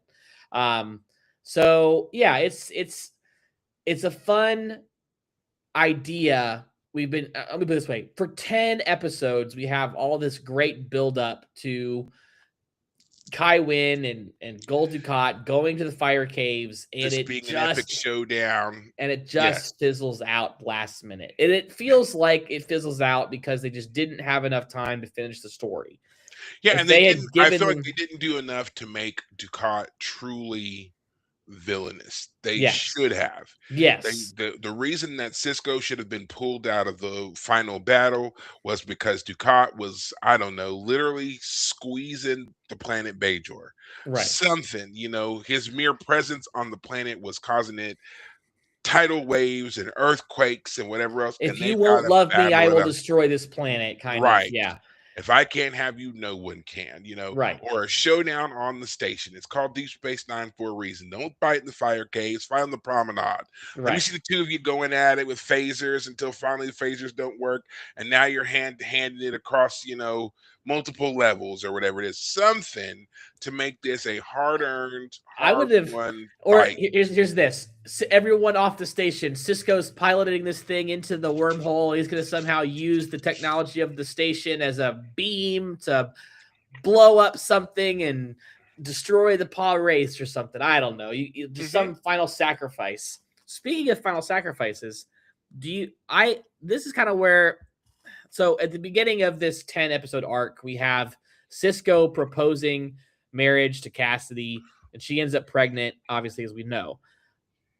Again, I was never a fan of the Sarah plot line with her being a prophet in disguise and all that. It kind of undermining his, being a unique individual. Yes. Her showing up here, like when he later confronts Sarah, she basically says, like, I don't want you to suffer. Like, I don't want you to experience bad things because if you marry her, you'll be sad. And it undermines all the weight, I feel, of them warning, if you do this, then things will go wrong. That's how it feels with their forced warning. Because like you're going down the wrong path. And you know what? The problem with it is they removed Cisco's free will when they started saying this was his special destiny. This is the path you were always destined to take. And I actually talked about this earlier today, the use of the word destiny. See, whenever you say that, you immediately remove any sense of there being a sense of urgency, accountability, work ethic, anything. You take all of that out. You make it sound like if you are destined, if you tell someone they're destined for greatness, right? You are basically saying to that person that without a doubt, without fault, you are going to have great things happen to you. So you could sit at home on your couch eating Cheetos, but because you're destined for greatness, it's going to happen to you anyway. But if you were to rephrase that, and instead of saying you are destined for greatness, you could say something like there are a lot of great opportunities coming your way if you are willing to do the work for them, if you avail yourself of your natural gifts and talents, if you apply yourself, then great opportunities will find their way to you, right? In this scenario, one thing I'd always wish they had said to Cisco was that, because he's when we first meet him, he's all PTSD'd about his wife and everything else. So they could have said something like, um, that was a learning moment for you. This is something that you can build on. You need Uh, to learn how to take your pain, take this moment that you're choosing to exist in, and learn how to come out of it and build from there, because there are greater things ahead of you than are behind you. But you won't get to those greater things if you don't process this thing. And they could yeah, have done that. So it's again telling him you have to do the work. There's still great things ahead, but you're not going to get there unless you do the work. right. And that's kind of That how we do with children and stuff like that. You can't tell a child they're destined for greatness, but you can say you have a natural ability, you have a natural talent, you have a natural intelligence. If you apply yourself, then mhm, wonderful things will come your way. right. Wonderful accolades, opportunities, fortune, whatever it is, will come your way, but only if you apply yourself, not just coasting off of the natural ability.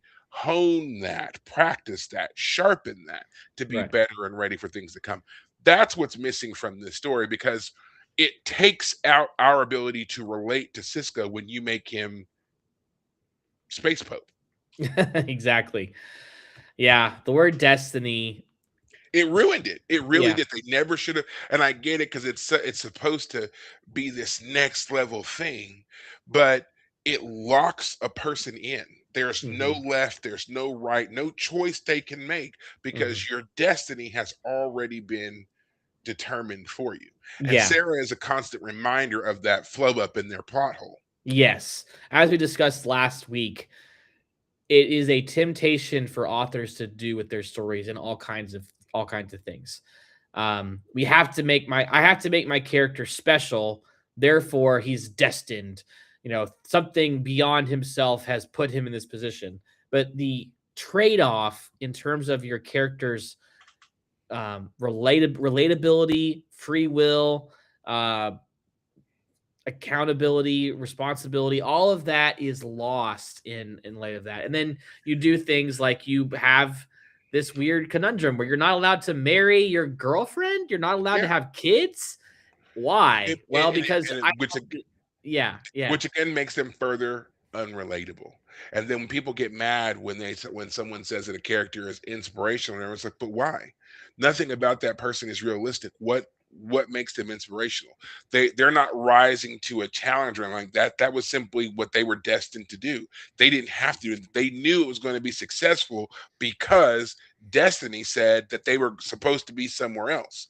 That's the problem with using that word, and Yeah. that's why it ruins your characters. That's why I think that part of the Harry Potter series is a mess up, because he gets into that predestination stuff a bit, and I was like, you were doing so well, J.K., until you got here, and you had to throw this in, because I don't know what it is about people when they write these things, but it is they want to suddenly place these characters on this next level, and yet they don't know how to achieve it without making them seem otherworldly. Yeah. And Mhm. that's where destiny comes into play.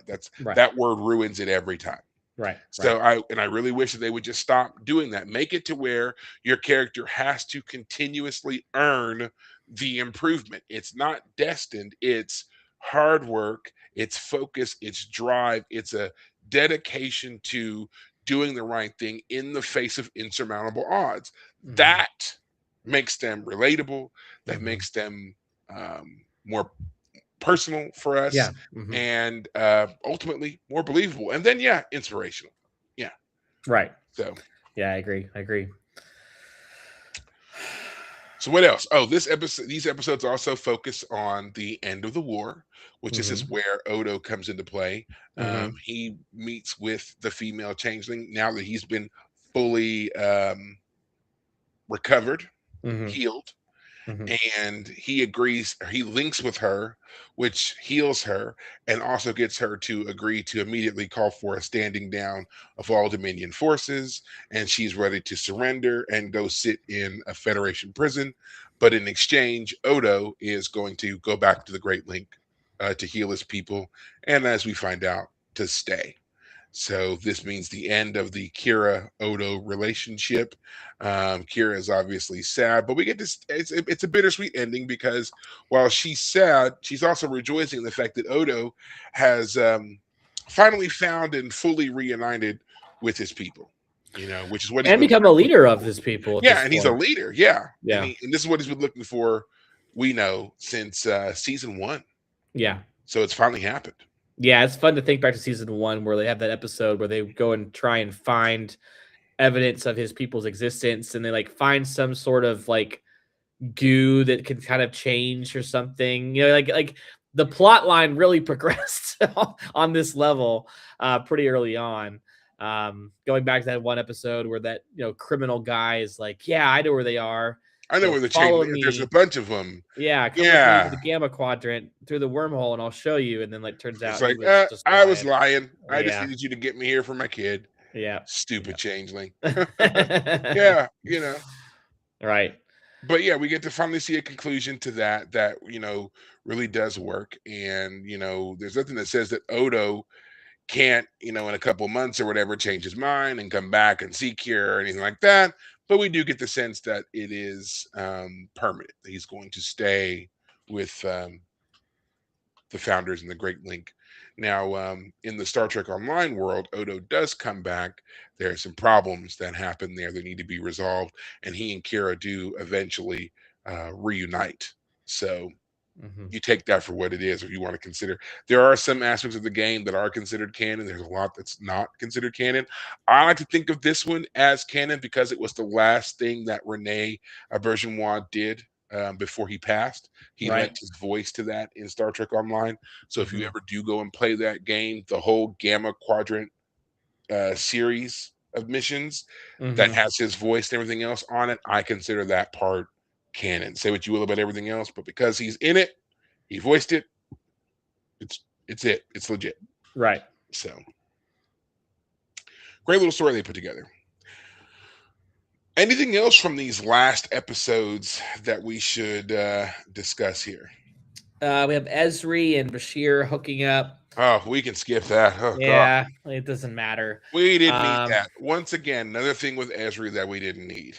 well, we could talk about Bashir defeating Section 31 and Sloan by discovering that they had produced the virus that was Yeah, that's how they killing. find the cure for Odo. They Yeah, they capture Sloan. Sloan basically is like, oh, all Section 31 is locked in my away in the brain, noggin. in a He tries Deep to kill Space himself. Nine designed Yeah, he memory tries to kill castle. himself, right? And so then they go inside his brain, and yeah, like you said, it's all set up like a weird mix of the Defiant and the station for some reason. Right. Why his brain would look like those two things makes no sense, Yeah. but whatever. Production reasons. Yeah. Yeah. Um, So we meet a couple of versions of Sloan, like super helpful Sloan, and then ruthless killer Sloan. Okay, and then we get the cure. yeah. All right, great. Yeah. That episode is kind of isolated from the rest, and it does Yeah. give us a final O'Brien Bashir collaboration. Their arc is one of the best ones because they go from enemies or like O'Brien hating Bashir to like they're buds till Hmm. till death to us part kind of buds. Um, I that episode though it did feel like it was the whole idea that they're on the station for some reason, and the idea that Bashir can't crack this code. Like he's supposed to be the super genius, but like all of this, like there's some sort of secret plot that discovered out how to make the virus and get it into Odo and somehow mess with the changelings. Like the idea that Bashir can't get a grip on it is strange to me. I feel like the episode would have made a little more sense if he had discovered like a breadcrumb of trails, but like he doesn't have time to do it himself. He needs to Well, jumpstart the process or I think something. that's kind of what it was that he had been attempting to develop a cure and he was having some limited success, but it was taking a long time and Odo was deteriorating. He didn't have a lot of time. And so that's what got him to thinking that we know this was artificially created. We know that Section 31 did it. They had to have created a cure. Um, we got to get a hold of it. I'm not going to find a cure on my own in time to Right. save Odo. That's this is all about. So that's why they changed tactics to make Sloane think that he had discovered a cure. And because even though I remember him and O'Brien arguing about it, because O'Brien was like, "Well, how do you know they're not just going to send an operative to wipe out What you know. what you know?" And he's like, "No, Sloan isn't that type. Sloan will want to come here himself to verify. And the only way they can verify it is to know that the only reason why they'd be able to verify it is to, um, they have already created a cure themselves. So they would have something to compare it to. And so Right. we'll get that from him that way." Gotcha. That was their Okay. whole plot point. But yeah, Yeah, it is a little elaborate, but yeah, okay, whatever. it was a little bit more elaborate than they really gave us time to digest Right. because this was a one-off episode. They Right. needed to get everything else done, but it Right. was in there. So That's true. I mean, I appreciate that they at least gave it to us. So it's one of those this is one of those reasons why watching the series a few times comes in Helps you handy remember some because details. yeah, Yeah. you get to pick up on those things. Yeah, first time watched it, I could understand people being like, "Well, I don't remember that he said that." Go and watch the episode again. That's their whole exchange at one point in, I In believe his they're in room. his quarters. Yeah, Yeah. they're in his quarters when they have that exchange. So yeah, Yeah. um, so I don't mind this episode. I don't mind that episode at all. I gave us what we needed to move the story forward, especially in Yeah. regards to Odo, and a resolution for the Dominion War. Because as they had pointed out many times, the Dominion was more than willing to fight to the last man. They did not care, and they were starting to use more and more Cardassian troops, Mm. which is another thing we got to talk about because this is the rise and fall of Damar. Yeah. That was Um, the the great fall and little rise and plot point. fall of Damar. Yeah. Yeah. I'll still say it. I mean, I think we already talked about this and you gave me a hard time for it, but the idea that Damar dies, part of me is like, no, I mean, the character had his redemption arc. Who are we going to have as the guy, rebuilding the planet, if not Damar? All right, fine. We'll have someone else do it. But like his death, I mean, I do like the fact they killed a character in the sense that like it's so hard to be willing to kill your characters. So the fact that they are willing to kill them, I'm glad they were willing to do it. I just felt like, oh man, of all the characters that I'm suddenly like not wanting to die, like I want him to live, and he dies. But see, So, this has always been a problem with Star Trek. They really don't like killing off characters. And mm, then when they finally decide to kill off a character, it's always in the weirdest, lamest way possible. I feel like Damar got a great heroic send off. Like his death was fantastic. It played into the man that he had become. It played into the necessity of what he was fighting for, becoming a martyr for his people, and a rallying cry for them to continue on and to overthrow this oppressive regime. I think it was great the way that they handled it. He didn't die off screen. He mhm. didn't die somewhere that we found out later on or any of that nonsense. He died right there. We watched him get shot. We heard his final words. We got the whole thing and watched how it spurred on his rebel forces and their numbers grew and all of that. I think that it was a perfect way for this character to go out, and especially in contrast to how we see Dukat die, our main Cardassian for pretty much all the series, to die in a cave on fire away from his people. Uh-huh. None of the glory, all of it. It kind of makes you feel like Ducat's going to be wholly forgotten. Meanwhile, Damar, his toady, his lackey, has now risen to this legendary status, and he's done it in a way that he is a hero to his people, advocating for freedom. And yeah, I loved it. I thought it was a perfect send off for him. Um, And I love that this is also when we get that scene with him and Kira where, they've had found out that the Dominion was killing Cardassians by the millions. And he was like, who would give those orders? And she's like, yeah, who would give those orders? And it's just like, a slap to the face. And she's like, oh, I pushed him too hard. I shouldn't have said that. And Garrick's like, oh, no, he needed that. If he's to be the man that we think he is, he needed that kind of a push. And it's great that it came from Kira, a Bajoran, a former Bajoran freedom fighter. Like, Yeah. honestly, it's one of the best mini arcs that we get to see, this Mhm. transformation of Damar, and it's being done. He's being mentored by a Bajoran and a Cardassian spy master. It's Yeah. wonderful. It's Yeah. great. I love that entire turnaround for them. Yeah. Well, his character starts off as just the underling of Dukat. He becomes the second in command for Dukat in terms of like the siege of the station. He becomes this drunkard when he's being forced to like just do whatever the Dominion tells him to do, and then he becomes this freedom fighters type.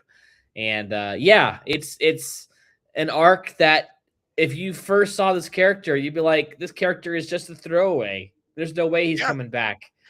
that's really what he That's was. He great. went from having no lines, just being a Cardassian in the background, to this very prominent, charismatic character. Yeah, Yeah, he drank himself silly, and when he could no longer drink away his pain, he, got to tossed work, it. Yeah, tossed it, and reformed himself, and yeah, got to work. That's this is what I like. This is what we've talked about before. He was a man brought low, absolutely low. His career was ended because he was in the military under Dukat. When Dukat was deposed from the military, he sided with Dukat then, so he lost all his military status. He's gone back and forth in affiliations. Then the hmm Dominion takes over. He's now pushed to a distant fifth, sixth in the hierarchy there. Um, yeah, and then his leader, his mentor, his friend is kicked out once again. He's made the new puppet of his entire government. He's watching all of his people be slaughtered. There's nothing he can do about it. He starts drinking. He's fighting. He's got all the women that are floating around him. He's just, yeah, he's low. He's as low as he's gonna be yeah, until finally he starts to wake up, put it yeah, together. yep, Now it's time to do this work, do these things, puts it in and starts moving in the right direction. Still has some setbacks, but he's right, building. yeah, And again, I think that was the perfect ending for him, that he died. Like, he doesn't get to live in the world that that he helps he's create. yeah, Yeah, that he create. He didn't make it there. yeah. Yeah. Again, I'm happy that we killed off a character in the sense of like, let's do the darker storyline. Just sad that the one character who like deserved now a second chance is the one that gets bumped off. But oh well, But that's good that's almost storytelling, yeah, honestly. it's like almost the best. Like, you want it so bad Yeah, that it makes you appreciate the struggle even more that he didn't get it. So right. yeah. Yeah, It yeah, it is sad. It is sad, but it's supposed to be sad. yeah. By the way, But the that Pendragon cycle thing I was talking about, like the cliffhanger of the second episode is the killing of a major character. You're like, oh my god, I can't believe that'd be a character you'd kill, but nope, he's dead. So yeah. well, we've certainly gone over our Oh time gosh, this is the longest by a episode we've ever lot. This done. is probably the longest one. We're gonna go ahead and just ride this out and make it a solid 2 2 hours. hours. So Yeah. hang We got on. 6 If you've minutes been with left. us 6 minutes, hang on. We're almost there. Okay. Yeah. Um, we're just gonna do final thoughts on Star Trek Deep Space Nine. We've gone through it all twice now, basically. Final thoughts on this series. Um, I will say this. I think that if I were to be frank, I think that the easy love of TNG for me, I understand it. It is so easy to just get into the flow of TNG. Any Yeah, episode you want. That's the whole beauty of the show. it You is. just pick an episode and bam, you're in it. It doesn't matter what season you're in. You can bump around. You can watch an episode in season 6 and then turn around and watch an episode in season 2. You're fine. Yeah, exactly. And that does mean that it's easy. Let me put it this way: I was having to blast through those seasons in order to make sure I was ready for us to watch this show, and that meant that I had a more intense kind of experience with TNG than with Deep Space Nine. Deep Space Nine, it was a weekly thing. I watched one episode. I get a dose of it. So there, it was a very different experience, and there's a part of me that just loves the easy, easiness of TNG, just the quick, easy enjoyment. Deep Space Nine was more ambitious. I was never a fan, I have to say, of the station look, like the weird lights coming through the like lattice to the ceiling. Like that would kill me in real life. If you put me in a room where there was a lattice of lights over my head, I would lose my mind. And that's part of the point, though, is like this is an alien station. It wasn't built by humans. I totally get it. However, like the last 10 episodes, that finale where you get all of these characters coming back, like anyone who'd ever been on the show in some sort of recurring, like they're back. They're like, you get that. That was one of the most enjoyable finale arcs I can imagine. It flubbed that last 20 minutes with the Cisco ending, but other than that, it was pretty great. All these characters have had a character arc. Like this, the TNG crew don't have character arcs like they do here on TNG on Deep Space Nine. Part of the reason you can go from season 7 to season 2 is because technically they haven't really changed all that much. Data is the only character who has any sort of clearly defined character arc, and it's not even a character arc as much as like, hey, what's it like being a non-human trying to understand being human? And that's not a character arc in any sort of traditional sense. So yeah, I mean, when we first started this, you and I had been talking, and we talked about how TNG is like Superman and Deep Space Nine is like Batman in terms of like what you're trying to get out of them and why people love them. And yeah. I will say, as a person who has watched this show, I watched it when it first aired all those years ago. I've watched it multiple times since then. I have invited other friends to watch it with me. I've watched it multiple times on my own. I've seen this show a lot, and I swear every time I watch it, there is something different about it that I appreciate a little bit more. As I age, as I experience different things in life, this show just kind of resonates with me a little bit more each time that I go through it. You're right about Next Generation. I think it's a very comfortable show. It's a great one to come back to. I put it on still, and it's kind of the one that, like, if I just want Trek playing in the background, this Next Generation is where I go. I can't do that with Deep Space Nine because inevitably, even if I try, I end up watching the episode that is playing, and then I may watch several more. I love this show. I love it for its complexity. I love for the fact that so many great things that started here in this sci-fi show ended up making it into other shows like The Expanse, Battlestar Galactica, Outer Limits when they brought that back. All these shows that these people worked on through Deep Space Nine, and we still see that coming out years later. I love that the show was kind of having a resurgence a bit. When streaming platforms were hosting the show, and then when COVID happened, everybody was rediscovering Deep Space Nine and being able to watch the entire series, not cut, not clips, not whatever, really helped it out. And I think that in time, this will reach that same level that Next Gen has reached. It's a fantastic show. Avery Brooks and the whole cast, they really do such a great job with these characters. And I mean, with the stuff that's coming out in New Trek, don't get me wrong, I like some of it. Some of it's really exciting. I just don't know if they'll ever reach the level that of complexity that we see in Next Generation. And I really hope that they try, but I just don't think they'll look in Deep Space Nine or I don't think that the new shows will reach the level of complexity that we see in Deep Space Nine. Gotcha. Okay, Yeah, that's what I thought you meant to say. yeah, Yeah. Following up on that, my final thing to say is Deep Space Nine. I feel like TNG met its potential. It yes, is as good as it could have been. Deep Space Nine, there was more complexity, there was more potential, and because there was more potential, when it doesn't meet that potential, you feel it more. There are times when, like, again, the finale, like the finale of TNG makes sense. It's the final episode with Q, when the first episode was also about Q, and Q is revealing deep stuff to Picard, jumping through time. This Deep Space Nine had a lot of potential, and there are times when it really reaches it. There are times when it didn't. Where TNG never could have gotten to that. Like TNG yeah. is here, and it potential is here, and its quality is here.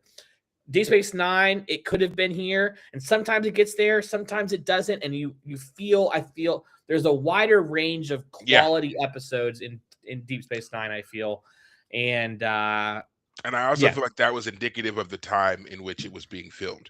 There were a lot of things going on in the world, in the United States during the time that this show was being filmed. Whereas with Next Generation, not to say that it didn't also have, major events, but a lot of that stuff, especially the early 90s stuff that was going on, was towards the end of TNG's run, whereas it was obviously the beginning of Deep Space Nine's run. right, Um, with them deciding to put a black man as the leader of this show in the mid 90s when there was a lot of racial tension in the United States, I've said it before, I'll say it again. I think it was a master stroke move, a masterclass move to do so, because it allowed people to see black people in a different light, especially black males as leaders, not drug runners, gangbangers, or any other kind of criminal or like that. He yeah, was a leader, he was a father, he was, a counselor in some ways. He did a lot to build up that community that he led. And there were not a lot of role models like him out. So yeah, they did a lot there in just with that simple casting that we really kind of moved away from in some of the other shows. So, yeah. and I've I don't said just it. mean Star Trek, but just in shows in general, we kind of moved away from that. Yeah, in terms of Avery Brooks, I've said it before. I've said it a million times. I'll say it one more time. The fact that he doesn't get the Picard treatment, the Patrick Stewart, he's the main character. Pretty much everything revolves around him. Treatment. Like there are some episodes where he is just as absent as, you know, Dax. yeah, Dax. Like he just has one line, and like I don't think Patrick Stewart's Picard ever gets just one line in any No, episode. no. If the show had done more, I mean, I don't want to shortchange any character, but I feel if they had treated his character more like Picard on in the overall, the show would have just been 10 times better because Avery Brooks was the guy. I mean, he is the best actor on the show. When he commits to playing some sort of part, when He's in it, yes, that's his scene. yeah, That's and he his scene. has you have just as much love for him as you do Picard. Like when Yeah, he is in that moment, and he's also as lovable because he's also again not Picard. Again, it's funny that we say that TNG is like Superman and vice versa because Picard doesn't have the heart that Cisco has. But again, that's maybe the whole point of Batman is that Batman looks like he's no. My point though is that Cisco is an emotional character in ways that Picard is not, which makes him a totally different person. And if anything, having the two characters have come into conflict again outside of the pilot would have just been fantastic, or work together. The ship comes to the station for some sort of reason, and that I I'm feel in like that charge is of one this. of their yeah one I'm of in their charge of the biggest. station. Well, I'm in charge of my ship. That's one of their biggest biggest misses is Yes. having those two reunite and not just have another conversation, but have to really work together and understand each other and do Yeah. it on equal footing. Not when Cisco's Yes. still a commander, but when Right. they're both captain. Right. Captain Cisco, Captain Picard. Yes. The fact they didn't do that, especially with the Dominion War and all Yeah. that was going on, there were plenty of opportunities they could have, and they didn't. I understand money constraints because Patrick Stewart was pulling down some serious bucks. I get it, but yeah, they really should have, and it's a mistake that it didn't happen. In fact, I would say it's a mistake that didn't happen with a lot of the later captains. There should have been some kind of movie, something or whatever, that had all the captains, at least in their block anyway, working Right. together. Y'all were all in the same universe. You're all on the Right. same team. Yeah. Cisco, Picard, Janeway, y'all should have had.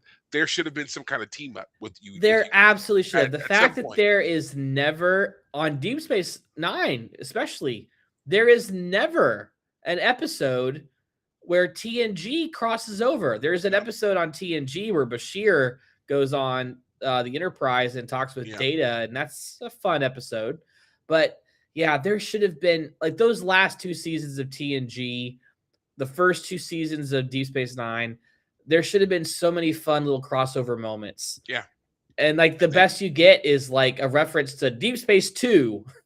Like, oh, Deep Space 2 is in trouble. Yeah, you just proved that there's 8 other deep spaces. That's all that it comes down to. Yeah. Yeah. It's again, Deep Space Nine has a lot of potential. There are times when it really hits it. There are times when it kind of flubs it. TNG, I feel it hits its potential more regularly, but it also didn't have as much potential in the sense of grandiose storytelling, etc. They're more monster of the week type stories, which are great. Those are fun. Again, easy to get into. Yeah, Thomas Riker shows up briefly, but I mean, his character is not William Riker. So I don't care about Thomas. I don't care about him at all. But we are going to have to wrap this up. We could obviously you keep coming up with things, but we are going to have to wrap this up. We will be back next week, and we will be discussing the autobiography of Benjamin Sisko. If you have not picked it up, I strongly suggest that you do so. It's available on Amazon. It not only tells the Sisko story, but there's pictures in the book. Yeah. Mm-hmm. Go take a look. I mean, it's worth it, and we'll be back. We'll discuss that. And then of course we will be going on to our next great project the week after that, which will give you more details we have on Nemesis next too. week. Nemesis. Oh, well, yeah, that's right. We have Nemesis as well. So we've got some things obviously coming up for you all. So stay tuned. For those of you who don't enjoy really long episodes, we're sorry. We had to do it to get through season 7 so that we'd be ready for the other stuff that's coming to keep us on our 2026, baby. Yeah, right. 2026. We need. Oh man. All right. Yes, hey, I will acknowledge Worf and O'Brien aren't crossovers in any sort of sense of like the stories themselves, like they just they don't cross make over because they don't go back. Just like in the mirror universe, it's a crossover because you crossed over and then you come back. They the only integrate exception it, so it's not a crossover. is when Worf is back on the Enterprise for the movie First Contact, and even that is only in the sense that he just shows up back on the Enterprise for a time. He doesn't. Yeah, he there's goes nothing back to about Deep Space Nine. Yeah, it's not like so, Deep Space Nine Enterprise interacting anything. Those don't count. Nice don't try. count. Yeah, don't count. We're not going to give it to you. All right, guys, that's going to do it for us on this episode. This long episode. Hope you all enjoyed it as much as we did. We will be back next week, of course, in 2026. So since we won't be seeing you, Happy New Year. Enjoy your New Year safely. Enjoy your New Year safely, and we will catch you all in 2026. So until next time, take care of yourselves. Thanks, guys.